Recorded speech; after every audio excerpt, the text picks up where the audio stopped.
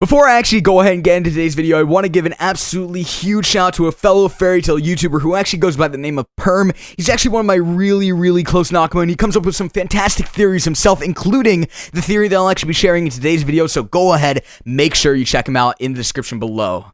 Heartfilia Family Secret.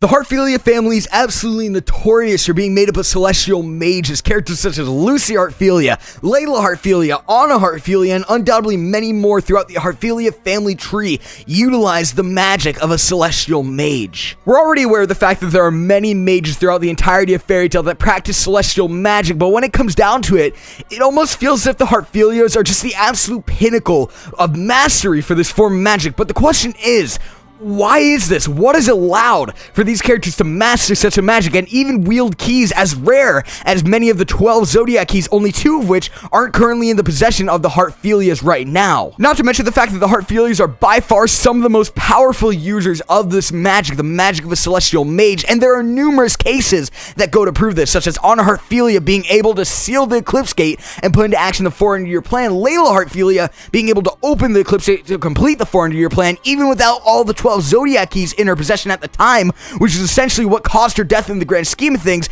And Lucy Heartfilia, who alongside with Yukino actually closed the Eclipse Gate to prevent the dragons from taking over her timeline. With all this in mind, it is undeniably too good to be true. There has to be something that actually took place within the Heartfilia family in regards to celestial magic, and in my personal opinion, it all starts with Anna Heartfilia. Anna Heartfilia lived 400 years ago, along with characters such as Zeref, the Dragon Slayers, prior to them going into the 400-year plan, and even characters such as Eileen Belsirion, the sole creator of Dragon Slayer magic, and someone who Anna was actually affiliated with herself. Around this time as well, new forms of magic were prominent, again an example being the creation of Dragon Slayer magic, which took place around this time. There are numerous flaws with the theory that I'm about to share here, and it could easily be proven false for many reasons, but what if around this time celestial magic was actually founded by none other than Anna Heartfilia herself? Again, it's definitely a long shot, but you have to as well keep in mind the fact that Anna was one of the earliest known celestial mages, and at the time, with her being affiliated with Zeref and the 400-year plan,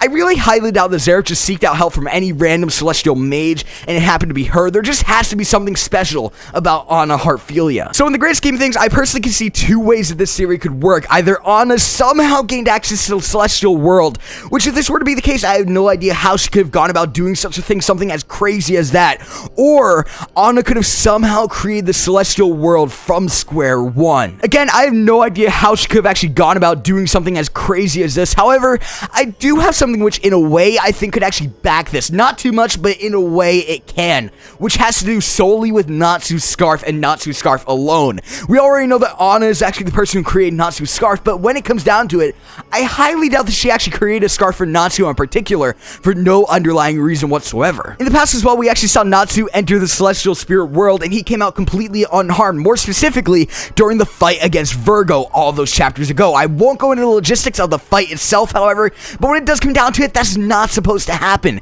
Humans are not able to survive in the celestial spirit world without proper clothing, much like we saw them wearing when they entered the celestial spirit world back in GMG. But when it comes down to it, Natsu somehow survived. So with this connection to Anna being very apparent now, what if Anna actually knew what type of clothing would survive in the celestial spirit world because she created the world in its entirety, and she created Natsu's scarf, a scarf that would allow Natsu to survive in the celestial world? Again, I really have no evidence whatsoever for this theory, but when it comes down to it, there has to be some form of underlying reason behind the Heartfilia's close affiliation with celestial magic. Nevertheless, it's going to wrap it up for today's video. If you guys enjoyed, remember to like the video, subscribe if you're new.